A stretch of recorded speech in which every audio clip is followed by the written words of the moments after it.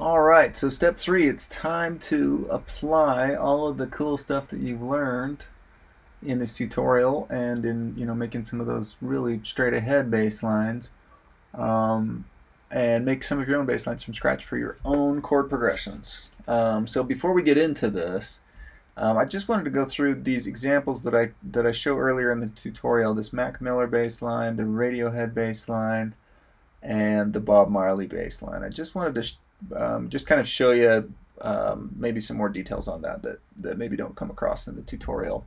So I made this group right here that has these different songs in it. So let's look at the jamming one first. And I made the group so that we can look at the chords and the bass at the same time. It's kind of a little bit more of an advanced thing. You don't need to worry about it. Just want to show it to you. So the chords are in green and the bass is in gray for right now.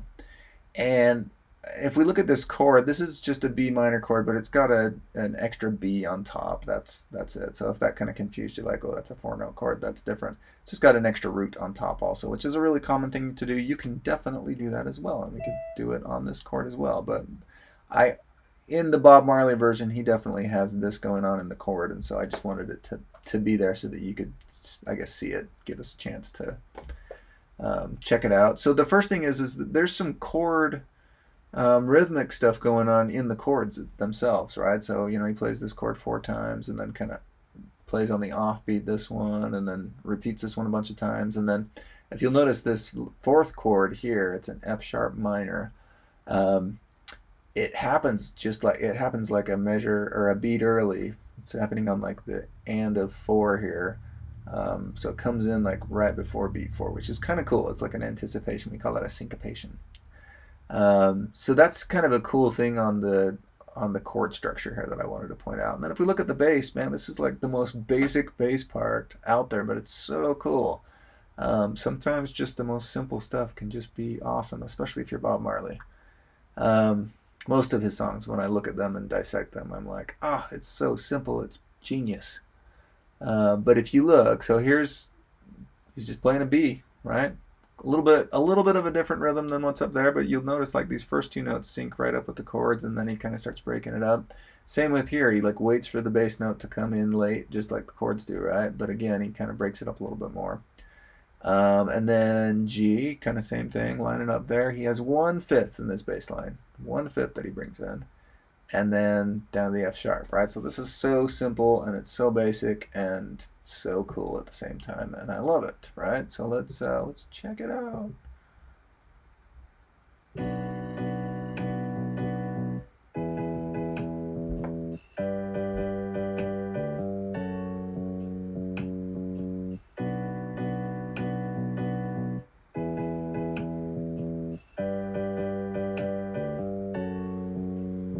Cool, and I wanted to point out one thing that I changed on this, and you can experiment around with this if you feel comfortable, but this is definitely in the bonus round realm here.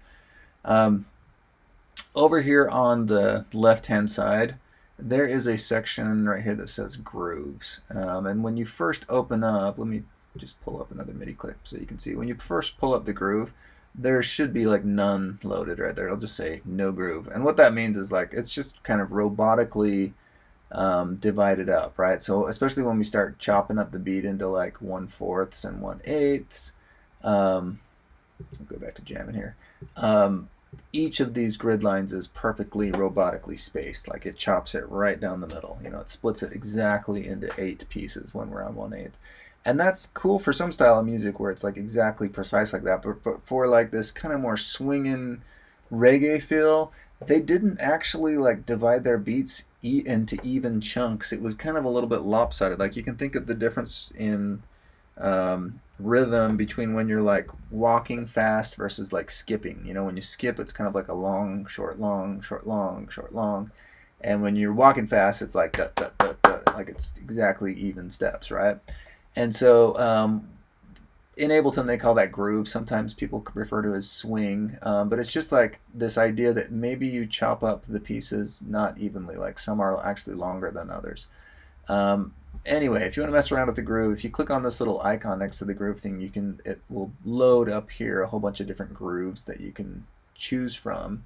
And I went into the swing section here and chose one called Swing 855. And I checked out a few before I decided.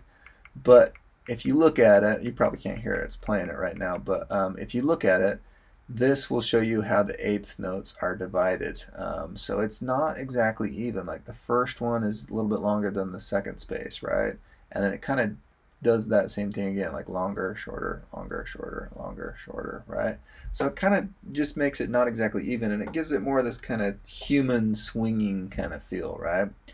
And so, like I said, I maybe wouldn't recommend that you get lost down that rabbit hole of trying different grooves out, unless you have some extra time at the end. But I did want to point that out on this one, because if you programmed in this bass line just like it looks right now, it would look kind of robotic-y a little, or it would sound a little bit robotic-y. It wouldn't sound nice and lopey like it sounds right now.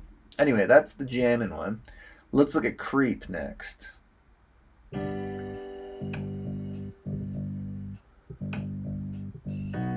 So first on this one, this chord progression is actually 8 measures long. So they kind of double it because each of the chords are 2 whole measures long. They're long.